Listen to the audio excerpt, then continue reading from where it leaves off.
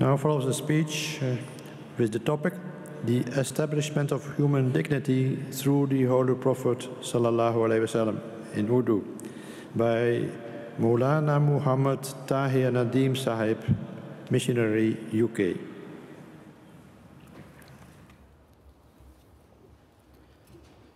أشهد أن لا إله إلا الله وحده لا شريك له وأشهد أن محمدًا عبده ورسوله أما بعد فأعوذ بالله من الشيطان الرجيم بسم الله الرحمن الرحيم وَلَقَدْ كَرَّمْنَا بَنِي آدَمَ وَحَمَلْنَاهُمْ فِي الْبَرِّ وَالْبَحْرِ وَرَزَقْنَاهُمْ مِنَ الطَّيِّبَاتِ وَفَضَّلْنَاهُمْ عَلَى كَثِيرٍ مِّمَّنْ خَلَقْنَا تَفْضِيلًا۔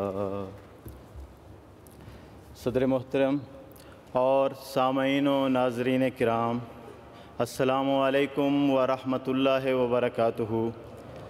خاکسار کی تقریر کا عنوان ہے حضرت صلی اللہ علیہ وسلم کے ذریعے شرف انسانیت کا قیام۔ آج سے تقریباً 1500 سال پہلے دنیا کی حالت عموماً اور ملک عرب کی خصوصاً انتہائی خراب تھی۔ ملک عرب کے باسی ایک وحشی قوم تھے۔ درندگی اور بہیمیت ان کے اخلاق و عادات کا جزو بن چکی تھی۔ اگر کہیں اخلاق فاضلہ اور انسانی اقدار کی کوئی رمق تھی بھی تو وہ اپنے قبیلے اور قوم تک ہی محدود ہو کر رہ گئی تھی۔ گو شجاعت اور بہادری بھی تھی، لیکن ایسی بے قید کہ اس سے ظلم و بربریت کی داستانیں رقم ہوتی تھیں، اور ذرا ذرا سی بات پر بھی ہر ایک کی شمشیر بے نیام انسانی خون سے سرخپوش ہونے کو بےقرار رہتی تھی۔ انسان تو انسان، جانور بھی ان کے جور و ستم اور روح فرسا مظالم سے محفوظ نہ تھے۔ انسان نے اپنا شرف اس حد تک کھو دیا تھا کہ خدا کو بھول کر شجر حجر کے علاوہ اپنی ساختہ پرداختہ مورتیوں اور بتوں کے آگے بھی سجدہ ریز ہوتا تھا۔ انسانی قدریں پامال اور شرف انسانی تار تار تھا، بلکہ یوں کہنا چاہیے کہ سسکتی بلکتی انسانیت شرف انسانی کے کسی قیم کو صدائیں دے رہی تھی۔ ایسے میں ہمارے سید و مولا حضرت محمد مصطفیٰ صلی اللہ علیہ وسلم کا ظہور ہوا۔ جہالت کی تاریکیوں کو اجالوں میں بدلنے کے لیے سراج منیر طلوع ہوا۔ شرف انسانی کا وہ قیم مبعوث ہوا جس نے پستیوں سے اٹھا کر انسان کو اشرف المخلوقات کے مقام حقیقی پر لا کھڑا کیا۔ حضرت صلی اللہ علیہ وسلم نے آ کر جہاں ارباباً من دون اللہ کو چھوڑ کر خدائے واحد و یگانہ کے سامنے سرب سجود ہونے کے لیے بلایا، وہاں پہلی دفعہ انسانیت کا شرف قائم کرنے کے لیے یہ اعلان بھی کیا گیا کہ اے تمام دنیا کے انسانوں، تم سب کو ایک مرد اور عورت سے پیدا کیا گیا ہے، اور تمہارے گروہ اور قبائل محض باہمی پہچان کے لیے بنائے گئے ہیں۔ آج سے ذات پات اور نسلی امتیازات کل عدم ہیں۔ آئندہ عزت و فضیلت کا معیار نیکی اور تقوی ہوگا۔ آپ نے اس تعلیم کا خود عملی نمونہ بھی پیش فرمایا۔ ایک دفعہ حضرت صلی اللہ علیہ وسلم بعض غلاموں، کمزوروں اور غریب صحابہ کے ساتھ تشریف فرما تھے کہ عرب کے بعض سردار آئے اور کہنے لگے کہ ہم ان غریب، مفلس اور نچلے طبقہ کے لوگوں کی موجودگی میں آپ کے پاس نہیں بیٹھ سکتے، اس لیے ان کو اٹھا دیں۔ لیکن وہ نبی جو رنگ و نسل اور اعلیٰ و ادنیٰ کی تفریق کے بتوں کو توڑنے اور انسانیت کا شرف قائم کرنے کے لیے آیا تھا، اس نے سرداروں کی خاطر غریبوں کو مجلس سے اٹھانے سے انکار کر دیا۔ وہ معاشرہ جس میں اس بات کا تصور ہی نہ تھا کہ ہر شخص کا بحیثیت انسان ایک مقام و مرتبہ اور ایک شرف ہے، اس معاشرے میں آپ صلی اللہ علیہ وسلم کے ذریعے احترام آدمیت اور شرف انسانیت کو قائم کرنے کے لیے یہ اعلان بھی کروایا گیا کہ وَلَقَدْ كَرَّمْنَا بَنِي آدَمَ وَحَمَلْنَاهُمْ فِي الْبَرِّ وَالْبَحْرِ وَرَزَقْنَاهُمْ مِنَ الطَّيِّبَاتِ وَفَضَّلْنَاهُمْ عَلَىٰ كَثِيرٍ مِّمَّنْ خَلَقْنَا تَفْضِيلًا، یعنی ہم نے بنی آدم کی تکریم اور شرف قائم کیا ہے اور اسے کثیر مخلوقات پر فضیلت بخشی ہے۔ اس فضیلت و تکریم کا لازمی نتیجہ یہی ہونا چاہیے کہ بنی آدم بہیمیت اور وحشیانہ طور طریقوں کو چھوڑ کر مہذب اقدار اور اعلیٰ اخلاق سے آراستہ زندگی گزاریں، اور بنی آدم ہونے کے ناطے کوئی انسان دوسرے انسان کو حقارت کی نظر سے نہ دیکھے اور کسی کے ساتھ شرف انسانیت سے گرا ہوا سلوک نہ کرے۔ سامعین کرام، زمانہ جاہلیت میں بیماروں، جسمانی عوارض میں مبتلا افراد اور معذوروں کے ساتھ نہایت ذلت آمیز سلوک کیا جاتا تھا۔ انہیں حقارت کی نظر سے دیکھا جاتا تھا، ان کے ساتھ مل کر کھانا کھانا بھی معیوب سمجھا جاتا، اور مقدس مقامات میں ان کا داخلہ ان مقامات کی بے حرمتی گردانا جاتا۔ حضرت صلی اللہ علیہ وسلم کے ذریعے انسانیت کے معنوں سے ناآشنا اس طبقہ کے لیے یہ اعلان کیا گیا کہ لیس علی الاعمی حرج ولا علی الاعرج حرج ولا علی المریض حرج ومن یطع اللہ ورسولہ یدخلہ جنات تجری من تحتها الانہار، یعنی اندھوں، لنگڑوں اور بیماروں سے اب یہ نہیں کہا جائے گا کہ ان کے آنے سے خدا کے مقدس مقامات کی بے حرمتی ہوتی ہے، بلکہ اگر اندھا، لنگڑا یا بیمار اللہ اور اس کے رسول کی اطاعت کا دم بھرنے والا ہے تو اپنی معذوری کی وجہ سے دینی کاموں اور جہاد میں بظاہر شریک نہ ہو سکنے کے باوجود بھی اللہ تعالیٰ اسے ثواب سے محروم نہیں کرے گا۔ اس بارے میں آپ صلی اللہ علیہ وسلم کے طرز عمل کو دیکھیے کہ کتنا حسین ہے۔ مال غنیمت کی تقسیم ہوتی ہے تو آپ اپنے نابینا صحابی کے حصے کی چادر الگ سنبھال کر رکھ لیتے ہیں۔ کسی کی بیماری کا پتہ چلتا ہے تو نہ صرف یہ کہ خود اس کی تیمارداری کے لیے تشریف لے جاتے ہیں، بلکہ اسے ثواب عظیم کے ساتھ ساتھ روز قیامت کی ہولناکیوں سے نجات کا ذریعہ قرار دیتے ہیں۔ بلا شبہ شرف انسانی کے قیم محمد مصطفیٰ صلی اللہ علیہ وسلم کا اس طبقے پر یہ احسان عظیم ہے۔ سامعین کرام، حضور صلی اللہ علیہ وسلم کی بعثت کے وقت غلاموں سے بھی نہایت حقارت آمیز سلوک کیا جاتا۔ منڈیوں اور بازاروں میں ان کی خرید و فروخت ہوتی، اور انسان ہوتے ہوئے بھی یہ انسانیت کے دائرے سے باہر خیال کیے جاتے۔ حتیٰ کہ اگر کوئی خوش نصیبی سے آزادی بھی پا لیتا تب بھی یہ حقارت و ذلت اس کا پیچھا نہ چھوڑتی۔ آپ نے انسانیت کے پسے ہوئے اس طبقے کو بھی ذلت کی اتھاہ گہرائیوں سے اٹھا کر عزت و تکریم کی بلندیوں تک پہنچا دیا، اور یہ تعلیم دی کہ تم میں سے بہتر وہ ہے جو اپنے غلاموں کے ساتھ بہتر ہو۔ اس زمانے میں غلاموں کو جانوروں کی طرح مارا جاتا تھا۔ رسول کریم صلی اللہ علیہ وسلم نے اس بات سے سختی سے منع فرماتے ہوئے وصیت کی کہ دن میں 70 دفعہ بھی غلام کو معاف کرنا پڑے تو کرو۔ اس ضمن میں ایک واقعے کا ذکر کرتے ہوئے حضرت خلیفۃ المسیح الخامس ایدہ اللہ تعالیٰ بنصر العزیز فرماتے ہیں، روایت میں آتا ہے 7 بھائی تھے اور ان کے پاس ایک مشترک غلام تھا۔ ایک موقع پر ایک بھائی کو غلام پر غصہ آیا تو اس نے اس کو زور سے ایک تمانچہ مار دیا۔ حضرت صلی اللہ علیہ وسلم کے علم میں جب یہ بات آئی تو آپ نے فرمایا، اس غلام کو آزاد کر دو، تمہیں یہ حق نہیں پہنچتا کہ اس غلام کو رکھو، کیونکہ تمہیں غلام سے حسن سلوک ہی نہیں کرنا آتا۔ چنانچہ انہوں نے اسے آزاد کر دیا۔ آپ صلی اللہ علیہ وسلم نے ہدایت فرمائی کہ تمہارے غلام تمہارے بھائی ہیں جنہیں اللہ تعالیٰ نے تمہارے ماتحت کر دیا ہے۔ جس کا بھائی اس کے ماتحت ہو وہ اسے اس میں سے کھلائے جس میں سے وہ خود کھاتا ہے، اور ویسا ہی لباس پہنائے جیسا خود پہنتا ہے۔ پیارے آقا صلی اللہ علیہ وسلم کی اس نصیحت کے بعد بعض صحابہ اور ان کے غلاموں کو ایسی حالت میں بھی دیکھا گیا کہ دونوں نے ایک جیسا لباس پہنا ہوا تھا۔ اس طرح آپ نے شفقت اور احسان کے سلوک کی تعلیم دے کر غلاموں کو آقا کے برابر لا کھڑا کیا اور انہیں اخوت کے مقدس اور مضبوط رشتے میں باندھ دیا۔ آپ صلی اللہ علیہ وسلم نے غلاموں کو اس قدر عزت و تکریم کا مقام عطا فرمایا کہ چشم فلک نے یہ بھی دیکھا کہ دین و دنیا کا یہ حاکم کبھی غلاموں کو اپنے ساتھ بٹھا کر کھلا اور پلا رہا ہے تو کبھی لوگوں کی نظر میں ایک دھتکارے ہوئے غلام سے سر بازار لاڈ کر رہا ہے، کبھی بڑے بڑے معززین کو ایک غلام زادے کی قیادت میں عام سپاہی کے طور پر شامل کر رہا ہے، تو کبھی شاہی خاندان کی خاتون کی شادی ایک غلام سے کرا رہا ہے۔ غرض اس طبقے کو شرف عطا کرنے کا کوئی پہلو نظر انداز نہ ہونے دیا۔ یہی نہیں بلکہ مکہ کے گلی کوچوں میں ذلت و تحقیر کا نشانہ بنائے جانے والے بلال کو فتح مکہ کے دن عزت و شرف کی دولت بانٹنے والا قرار دے کر یہ اعلان فرمایا کہ جو بلال کے جھنڈے کے نیچے آ جائے گا اسے امان دی جائے گی۔ اور پھر اسی دن جب کئی سالوں کے بعد حضرت صلی اللہ علیہ وسلم پہلی مرتبہ خانہ خدا میں داخل ہوئے تو اس وقت بھی رحمت دو عالم نے یہ اعزاز ایک غلام اور ایک غلام زادے کو بخشا، اور حضرت بلال اور حضرت اسامہ بن زید کو ساتھ لے کر خانہ کعبہ میں داخل ہوئے۔ اس عزت و تکریم اور مقام کی وجہ سے امیر المومنین حضرت عمر رضی اللہ تعالیٰ عنہ بھی حضرت بلال کو سیدنا بلال کہہ کر بلایا کرتے تھے۔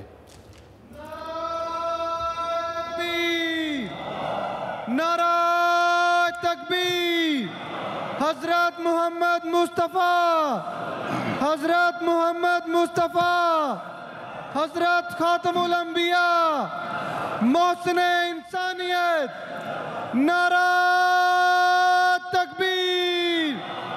سامعین کرام، رحمت للعالمین صلی اللہ علیہ وسلم کے ذریعے اس طبقے کو بھی شرف انسانیت عطا ہوا اور ان کے بارے میں ایسی حسن سلوک کی تعلیم دی گئی کہ سر ولیم میور جیسا مخالف بھی یہ کہنے پر مجبور ہو گیا۔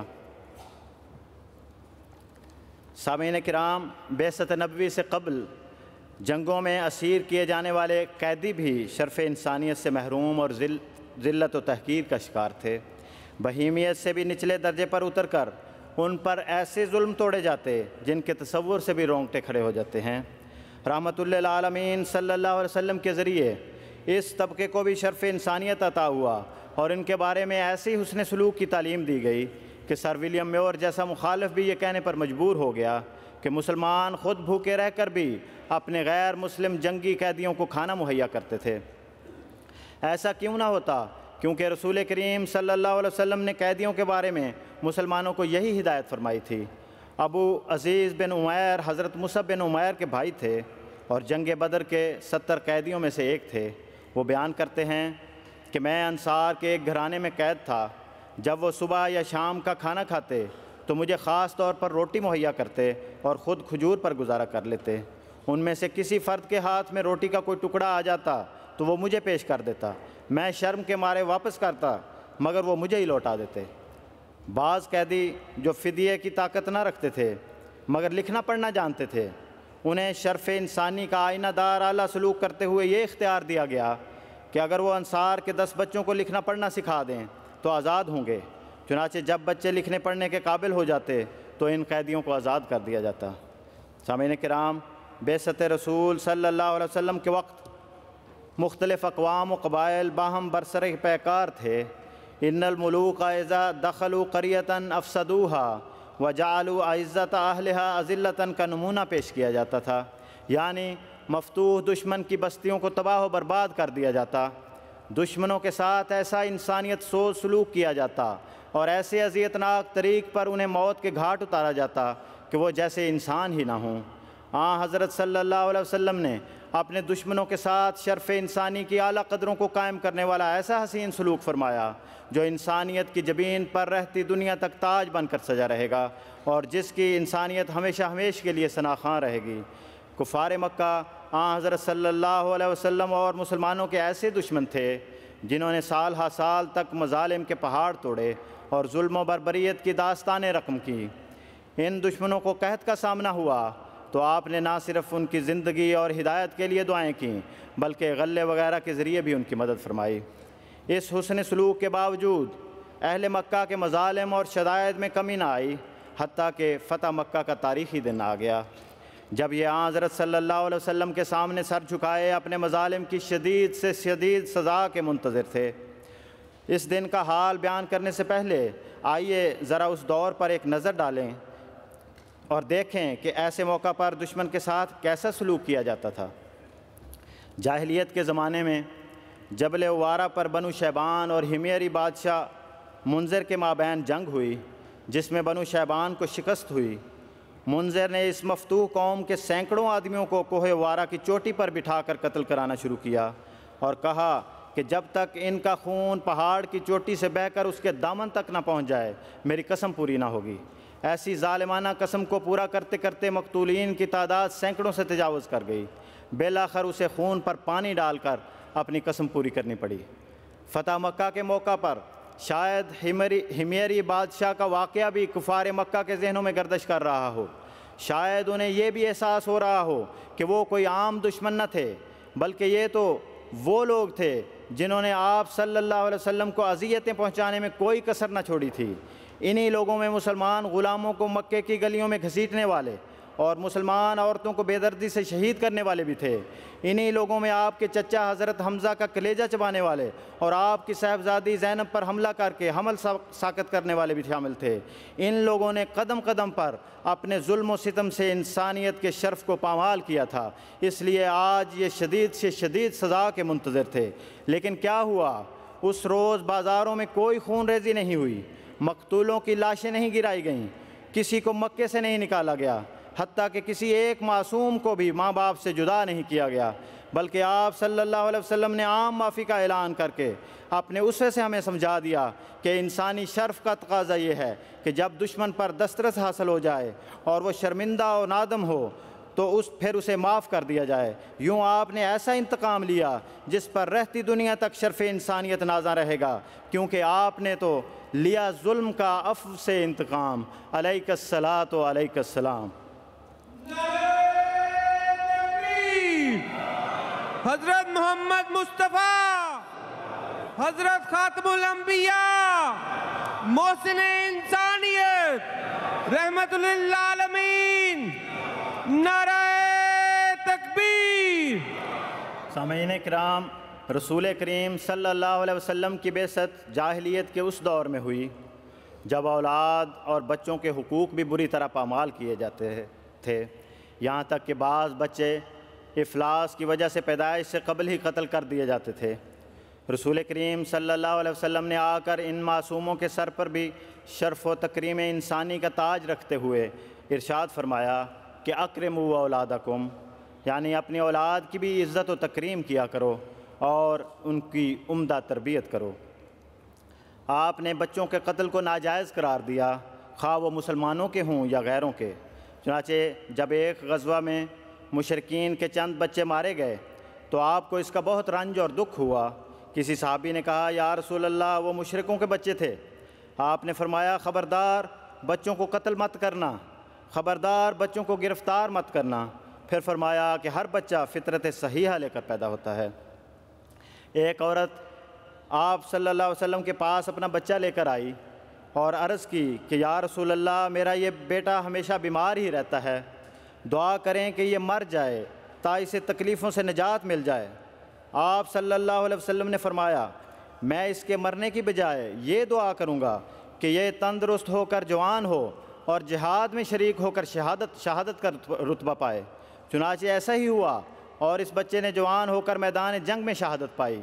شرف انسانیت کے قیام کی یہ کیسی عظیم مثال ہے کہ وہ بچہ جس کی ماں اس کی موت کی تمنا لے کر آئی تھی، آپ صلی اللہ علیہ وسلم نے اسے ایسی زندگی کی دعائیں دیں جسے قرآن کریم نے شہادت یعنی ہمیشہ کی زندگی قرار دیا ہے اور موت کہنے سے بھی روکا ہے۔ سامعین کرام، عرب ایسے شقی القلب لوگ تھے جو بچوں سے شفقت اور محبت روا رکھنا ناجائز خیال کرتے تھے۔ آپ نے اس بارے میں بھی ان معصوم فرشتوں کا شرف قائم فرمایا۔ ایک دفعہ آپ اپنے نواسوں کو پیار سے چوم رہے تھے کہ ایک بدوی سردار نے کہا میرے 10 بچے ہیں، میں نے تو کبھی کسی کو نہیں چوما۔ آپ نے فرمایا اللہ نے تیرے دل سے رحمت نکال لی ہو تو میں کیا کر سکتا ہوں۔ حضرت صلی اللہ علیہ وسلم کی بچوں سے محبت و شفقت اور ان کے اکرام کا یہ عالم تھا کہ آپ اگر سواری پر سوار ہوتے تو راستے میں جو بچے مل جاتے انہیں اپنے ساتھ آگے پیچھے بٹھا لیتے، راستے میں چلتے بچوں کو خود سلام کرتے، کوئی نیا پھل آتا تو سب سے پہلے مجلس میں موجود سب سے کم سن بچے کو دیتے۔ حضرات گرامی، اس زمانے کے لوگ اگر اپنے بچوں کا شرف بھی پامال کرتے تھے تو یتیموں کی حالت تو اس سے کہیں بدتر تھی۔ آپ نے ان کمزوروں اور بے سہاروں کا شرف قائم کرنے کے لیے جہاں یتیم کو کھانے پینے میں شامل کرنے والے اور اس کی پرورش کرنے والے کو جنت میں اپنی معیت کی بشارت دی، وہاں مکے کی گلیوں نے یہ عجیب ماجرا بھی دیکھا کہ ایک دفعہ ایک یتیم بچہ روتا ہوا جا رہا تھا، اس کے جسم پر تن ڈھانپنے کو کپڑے بھی نہ تھے، پاؤں زخمی تھے اور کئی روز کے فاقوں کی وجہ سے اس کا پھول سا چہرہ مرجھایا ہوا تھا۔ اسے دیکھتے ہی آپ کی آنکھیں بھر آئیں۔ اس سراپا شفقت و رحمت نے اس یتیم کو اٹھا لیا، پیار کیا، اپنے گھر لے گئے، کھانا کھلایا، کپڑے پہنائے اور اپنے بچوں کی طرح رکھا۔ پھر اس کے رشتہ داروں کو اطلاع دی اور ان کے پاس پہنچا دیا۔ اسی طرح ایک اور یتیم کو جب ایسی ہی حالت میں روتے ہوئے دیکھا تو اسے فرمایا، کیا تم اس بات پر راضی نہیں ہو کہ محمد تیرا باپ اور عائشہ تیری ماں بن جائے؟ بچے نے رونا بند کر دیا اور کہا، کیوں نہیں یا رسول اللہ۔ دنیا میں تو آج چائلڈ لیبر کے خلاف آواز اٹھائی جا رہی ہے، آج ان کے حقوق کی تنظیمیں بنائی جا رہی ہیں، لیکن ہمارے آقا محمد مصطفیٰ صلی اللہ علیہ وسلم نے یہ آواز آج سے 1500 قبل اٹھائی اور دلوں میں یتیم کے لیے رحمت و شفقت کی شمع روشن فرما دیں۔ سامعین کرام، اسلام سے قبل مختلف معاشروں اور اقوام میں عورت نہایت پستی کی زندگی بسر کر رہی تھی۔ اہل عرب عورت کے وجود کو موجب ذلت و عار سمجھتے تھے۔ اس مظلوم صفت کو زندہ بھی رکھتے تو اس سے تمام حقوق زندگی سلب کر لیتے تھے۔ شادی کی کوئی حد نہ تھی، جتنی عورتوں کو چاہتے اپنے نکاح میں رکھتے۔ جب تک خاوند زندہ رہتا یہ اس کے ماتحت ذلتیں برداشت کرتی اور خاوند کی وفات کے بعد یہ ورثے کا مال تصور کی جاتی۔ اس کے ورثاء چاہتے تو اس سے شادی کر لیتے اور چاہتے تو کسی دوسرے شخص کے حوالے کر دیتے۔ نبی رحمت صلی اللہ علیہ وسلم کی بعثت سے اس شرف انسانی سے محروم بے حقوق طبقہ نسواں کو بھی اپنا حقیقی اور باعزت مقام حاصل ہوا۔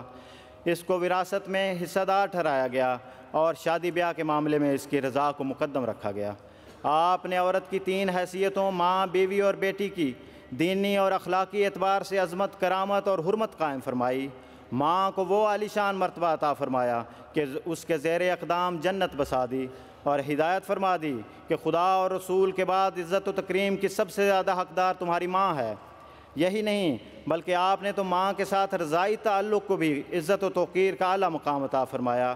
چنانچہ آپ کی رضائی والدہ جب تشریف لاتی تو آپ ان کے احترام میں کھڑے ہو جاتے اور ان کے لیے اپنی چادر بچھا دیتے۔ دنیا کے کسی بھی مذہب میں ماں کے بارے میں ایسا اعلیٰ ترین تصور کہاں پیش کیا گیا ہوگا۔ بیویوں کے متعلق حضور صلی اللہ علیہ وسلم نے فرمایا کہ دنیا ساری کی ساری متاع ہے اور اس کی سب سے بہتر متاع صالح عورت ہے۔ عورت کو صنف لطیف ٹھہراتے ہوئے آپ گینے سے تشبیہ دی اور مرد سے پہلے عورت کا خیال کرنے کا ارشاد فرمایا۔ نیز فرمایا کہ تم میں سے اچھا وہ ہے جو اپنے اہل خانہ کے ساتھ بھی اچھا ہو۔ بیوی کے وقار اور منزلت کو بام عروج تک پہنچانے کے لیے اس کے ساتھ حسن سلوک اور اس کی دلجوئی کو ایک شوہر کی خوبی اور شرافت کا معیار قرار دیا۔ سامعین کرام، اہل عرب نرینہ اولاد پر اتراتے اور فخر کرتے تھے، لیکن لڑکیوں کا وجود ان کے سر پرغرور کو جھکا دیتا تھا۔ اپنی جھوٹی اناؤں کے اسیر بن کر اس معصوم کو بہیمیت کا نشانہ بناتے اور جیتی جاگتی معصوم جان کو فریادوں، سسکیوں اور آہوں کے باوجود زندہ درگور کر دیتے۔ ایسے ہی لوگوں میں سے ایک شخص مسلمان ہو گیا اور ایک دن وہ رسول خدا صلی اللہ علیہ وسلم کی مجلس میں حاضر ہوا اور کہنے لگا، یا رسول اللہ، جاہلیت کے زمانے میں میری ایک بیٹی تھی۔ جب وہ میری بات سمجھنے اور جواب دینے کے قابل ہوئی تو میرے بلانے پر بھاگی بھاگی آتی تھی۔ ایک دن میں نے اسے بلایا تو وہ میرے ساتھ چل پڑی، یہاں تک کہ میں اپنے خاندان کے ایک کنویں کے پاس پہنچا۔ میں نے اس معصوم بچی کو ہاتھوں سے پکڑا اور اس کنویں میں پھینک دیا۔ مجھے اتنا یاد ہے کہ میں نے اس کی دلدوز چیخیں سنی، وہ مجھے پکارتی رہی، ہائے میرے ابا، ہائے میرے ابا۔ رسول کریم صلی اللہ علیہ وسلم نے یہ سنا تو آپ کی آنکھوں سے ٹپ ٹپ آنسو بہنے لگے، حتیٰ کہ آنسوؤں کی برسات سے آپ کی ریش مبارک بھی تر ہو گئی۔ اس ظالمانہ سلوک کا شکار اور زحمت سمجھ کر زندہ درگور کی جانے والی بچی کو شرف انسانی کے قیم نے رحمت خداوندی کے نزول کا سبب قرار دیا اور شفقت و رافت کے ساتھ اس کی تربیت اور تعلیم کا اہتمام کرنے والے کو روز محشر اپنی معیت اور جنت کی بشارت دی۔ اور آپ کا اپنا طرز عمل یہ تھا کہ جب آپ کی لخت جگر حضرت فاطمہ رضی اللہ عنہا آپ کے پاس آتیں تو آپ کھڑے ہو جاتے اور ان کا بوسہ لیتے اور اپنی جگہ پر بٹھاتے، اور جب کسی سفر پر روانہ ہوتے تو سب سے آخر پر حضرت فاطمہ سے ملتے، اور جب واپسی ہوتی تو سب سے پہلے حضرت فاطمہ سے ملنے کے لیے تشریف لے جاتے۔ پھر آپ صلی اللہ علیہ وسلم کا یہ انداز بھی تو بچی سے محبت اور شفقت کا ہی آئینہ دار ہے کہ آپ حضرت زید کے بیٹے اسامہ کو بچپن میں اٹھا کر فرمایا کرتے تھے کہ تو اگر لڑکی ہوتا تو میں تجھے فلاں فلاں زیور اور اچھے اچھے کپڑے پہناتا۔ یوں اس محسن انسانیت صلی اللہ علیہ وسلم نے ایک بے حقوق اور بے حیثیت سمجھی جانے والی اور زندگی کے معنوں سے ناآشنا اس مخلوق کو وہ عزت و منزلت عطا فرمائی کہ تخت زندگی پر مرد کے ساتھ برابری کا مقام پر بٹھا دیا، قطرے کو دریا، ادنا کو اعلیٰ اور کنیز کو ملکہ بنا دیا۔ یہ تھا وہ انقلاب جس کا ذکر حضرت نواب مبارکہ بیگم صاحبہ رضی اللہ تعالیٰ عنہا نے اپنے اشعار میں یوں کیا ہے کہ کیا تیری قدر و قیمت تھی، کچھ سوچ تیری کیا عزت تھی، گویا تو کنکر پتھر تھی، احساس نہ تھا جذبات نہ تھے، توہین وہ اپنی یاد تو کر ترکے میں بانٹی جاتی تھی، وہ رحمت عالم آتا ہے تیرا حامی ہو جاتا ہے، تو بھی انسان کہلاتی ہے، سب حق تیرے دلواتا ہے، ان ظلموں سے چھڑواتا ہے، بھیج درود اس محسن پر تو دن میں 100 بار، پاک محمد مصطفیٰ نبیوں کا سردار۔ نعرہ تکبیر، حضرت محمد مصطفیٰ، حضرت محمد مصطفیٰ محسن انسانیت رحمت للعالمین، نعرہ تکبیر۔ سامعین کرام، حضرت صلی اللہ علیہ وسلم کے ذریعے صرف زندوں کا شرف ہی قائم نہیں ہوا بلکہ آپ نے تو احترام میت کے بارے میں بھی دنیا کو ایسی قدروں سے روشناس کرایا جن کی تاریخ عالم میں نظیر نہیں ملتی۔ مدینہ کے یہود کی تمام تر زیادتیوں اور عہد شکنیوں کے باوجود شہر مدینہ میں یہ عجیب نظارہ دیکھا گیا کہ کسی یہودی کا جنازہ آیا تو رسول کریم صلی اللہ علیہ وسلم احتراماً کھڑے ہو گئے۔ صحابہ نے عرض کی کہ یا رسول اللہ، یہ کسی مسلمان کا نہیں یہودی کا جنازہ ہے۔ آپ صلی اللہ علیہ وسلم نے فرمایا، کیا یہودی انسان نہیں ہوتا؟ یہی نہیں بلکہ آپ جب بھی کسی انسان کی نعش کو بے گور و کفن پڑا دیکھتے تو فوراً اسے دفن کرنے کا ارشاد فرماتے، کبھی آپ نے یہ نہیں پوچھا کہ یہ کافر ہے یا مسلمان۔ جنگ احزاب میں سردار مکہ نوفل مخزومی خندق میں گر کر ہلاک ہوا۔ کفار مکہ نے اس ڈر سے کہ مسلمان انتقاماً اس کی نعش کا مسئلہ نہ کریں 12,000 درہم تک کی پیشکش کی، لیکن ہمارے نبی صلی اللہ علیہ وسلم نے فرمایا، اہل مکہ کو بلا معاوضہ یہ نعش لوٹا دو تاکہ وہ اپنی مرضی کے ساتھ اسے دفن کر سکیں، اور انہیں کہہ دو کہ ہم لاشوں کی تجارت نہیں کرتے۔ یہ ہیں احترام آدمیت کا درس دینے والے اعلیٰ انسانی اقدار کے قیم اور شرف انسانی کے علمبردار حضرت محمد مصطفیٰ صلی اللہ علیہ وسلم۔ سامعین کرام، یہ محض چند مثالیں اور اشارے تھے جو وقت کی رعایت سے پیش کیے جا سکے۔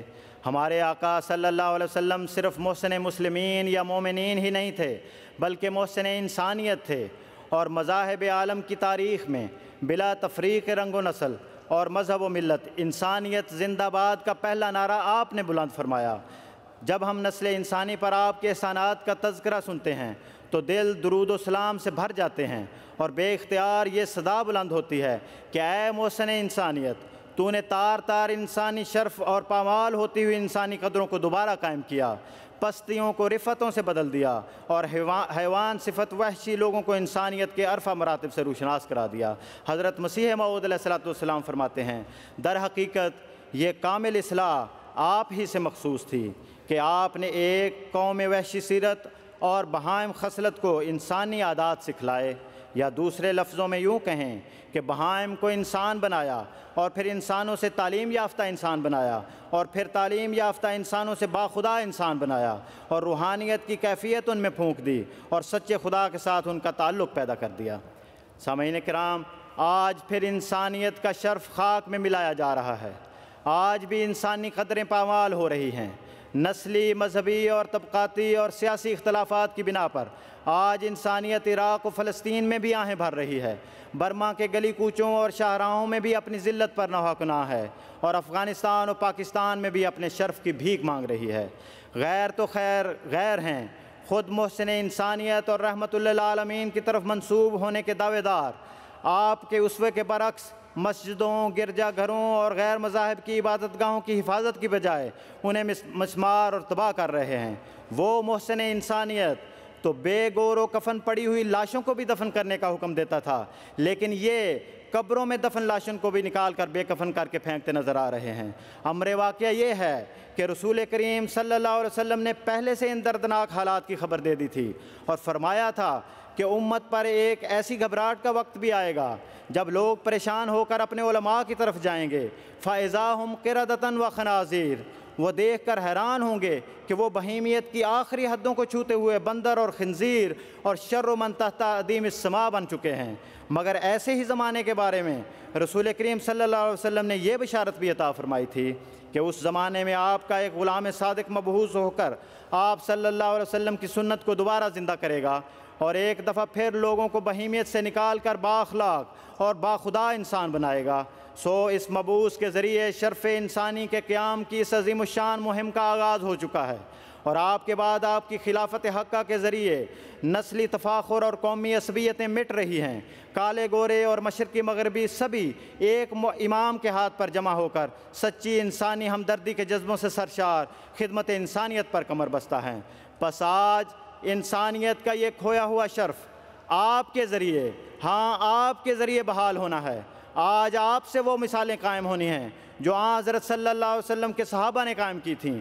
پس اٹھیں اور اپنے عمل صالح اور نیک نمونے کے ذریعے حضرت صلی اللہ علیہ وسلم کے ساتھ اپنی نسبتوں کا حق ادا کرتے ہوئے شرف انسانی کو اس طرح قائم کر دیں کہ اپنے اور غیر سبھی آپ کے ہم آواز ہو کر یہ نعرہ بلند کریں کہ شرف انسانی کا قیم صلی اللہ علیہ وسلم، اللہم صلی علی محمد وعلی آل محمد وبارک وسلم، انک حمید مجید۔ تکبیر، نعرہ تکبیر۔ حضرت محمد مصطفیٰ محسن انسانیت، غلام احمد کی، اسلام احمدیت، خلافت